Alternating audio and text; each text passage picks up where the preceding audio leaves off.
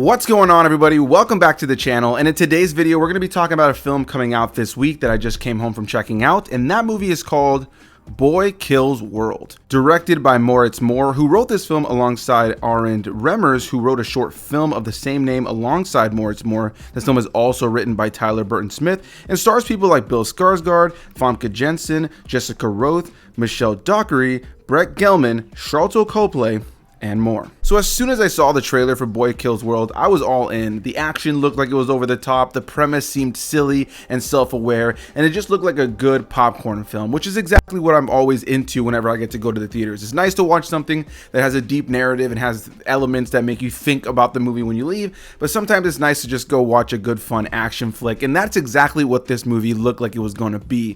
For anybody who's unfamiliar with what this is all about, based on what you can see in the trailers without any spoilers, the base premise of this film is it follows the character of Boy, played by Bill Skårsgard, who at a young age watched his family be murdered right in front of his eyes by a rich and powerful family known as the Vanderkooys, most notably Hilda Vanderkooy, played by Famke Janssen. You also in that family have people like Michelle Dockery, Brett Gelman, and Charlton Copley, and now after years of training under a shaman played by Yayan Ruin, he has the opportunity to go and kill the individuals who killed his family. And what you have here is a pretty straightforward revenge tale filled with tons of blood, guts, gores, very over-the-top action that's very reminiscent of things like John Wick, as well as having its own fun spin on it and being very ridiculous. There's a lot of gushing of blood in certain sequences, a lot of cutting up, a lot of knife play, a lot of gunplay. There's a lot of humor in the midst with all that action as well. And in a lot of ways, the overall idea of this film and the world we're kind of in reminded me a lot of the Hunger Games as well as the video game series Far Cry. It's not an exact one-for-one with those comparisons, but it's just what came to mind with it. And in a lot of ways, the movie reminds me of a video game. And the thing that gives this film its identity really is the fact that the character of Boy, played by Bill Skårsgard, is actually mute and deaf. So he has no ability to speak throughout the course of the film. And so throughout the entirety of the film, Bill Skårsgard is giving a lot of miming work, doing a lot of miming acting to be able to give us these moments of performance and nuance while also having to act out the voice that's in his head. Now, because the character of Boy doesn't actually have his own voice, he doesn't even remember what his voice used to sound like, so he actually pulled a voice from his head from an old memory of playing an arcade video game, and the voice that ends up being his conscious mind throughout the course of the film that we hear is played by H. John Benjamin, who of course is really well known for playing the character of Bob Belcher in Bob's Burgers, as well as the character of Archer, two fantastic animated characters that have very similar voices, and it was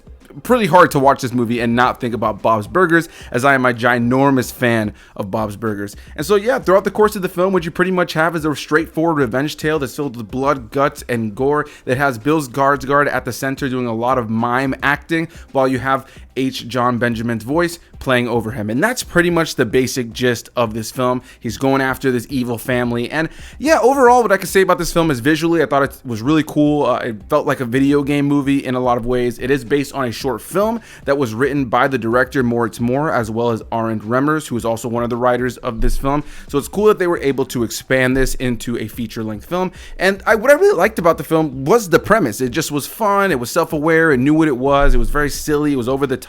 A lot of the action allowed it to just be very bonkers and was very reminiscent of the new age of action that we're seeing that was definitely inspired by a lot of John Wick isms, but also able to just kind of have fun with the fact that this is a little bit more of a comedy. So some of the humor in the action and some of the ways that people are killed is very comedic, and so it almost felt like a blend in a lot of ways when it came to the action to something you'd see in the Deadpool franchise, as well as something that you'd see in the John Wick franchise, which ended up lending itself to a lot of great moments of cinematography, choreography, and overall cool visual style that this film is able to have. And again, it did remind me of a video game at times, which also added another flair to the way that this movie looks and plays out. A lot of the comedy in the film works too. There's a lot of great sequences where Bill Skårsgard's character can't understand what people are saying because he reads their lips because he's not able to actually hear them. And so there are some great moments where he misunderstands what people are saying. There are some solid moments where he wants to maybe say something in a situation, but maybe the other characters do something that he just kind of has to go along with over the the course of the film, which led to a lot of great moments of action as well as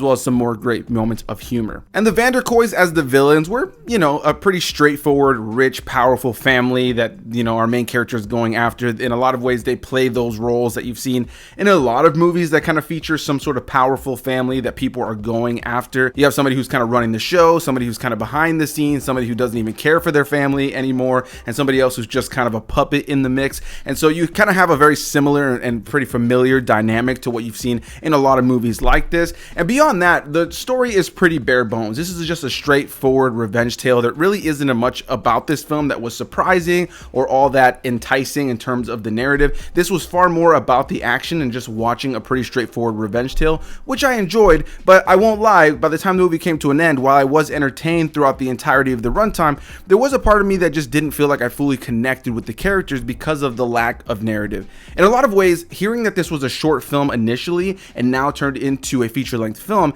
made me feel like it's something that felt like it would have been better as a short film. I can appreciate the opportunity to get a big cast and make this pretty silly premise into a feature-length film and wanting to approach it like that, but ultimately I felt like at a certain point, about in the middle point of the movie, while there was a lot of cool things still happening, that it just didn't have enough substance narratively for it to be something that was needing to be as long as it is. By the time we got to the end of the film, while I didn't care about all the characters and the different things that were happening narratively, and I found a lot of the moments of reveals or story revelations to be fairly predictable, I ultimately still enjoyed myself quite a bit. I found it to be a good, fun time in the theaters, and I think this is a movie that will definitely find a cult audience. I don't necessarily know this is a film that's going to work for everybody in terms of its comedy and its overall story, or lack of story at times, but I could totally see this being a movie that people are going to throw on to streaming in the future and just have a good time with. Once this starts to find its audience, I have no doubt that there's going to be a cult following for this film, and honestly, I had a good time with it. I think if you've seen the trailer for it or what I'm saying about the film sounds like something that's up your alley, and you're just looking for a nice, mindless action film that doesn't really ask much from you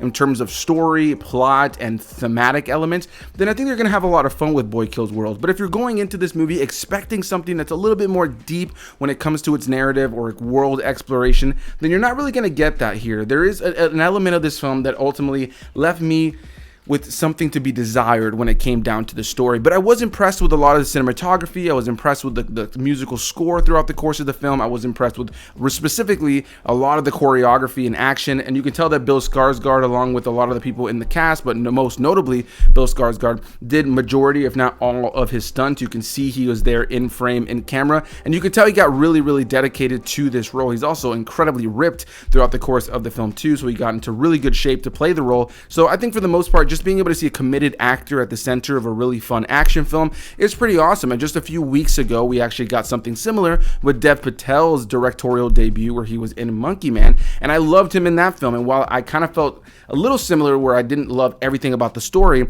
what was definitely an absolute key part of that movie was the central lead and how committed they were to the choreography and the action. So I almost, in a lot of ways, while there's different things I like and dislike from the films differently, I almost feel similar to how I feel about Monkey Man that came out just a few weeks ago. In some ways, I think I like Monkey Man just a little bit more, but I think ultimately the two are pretty straightforward revenge tales with a really committed actor at the center with a fantastic set of action set pieces throughout the course of the film.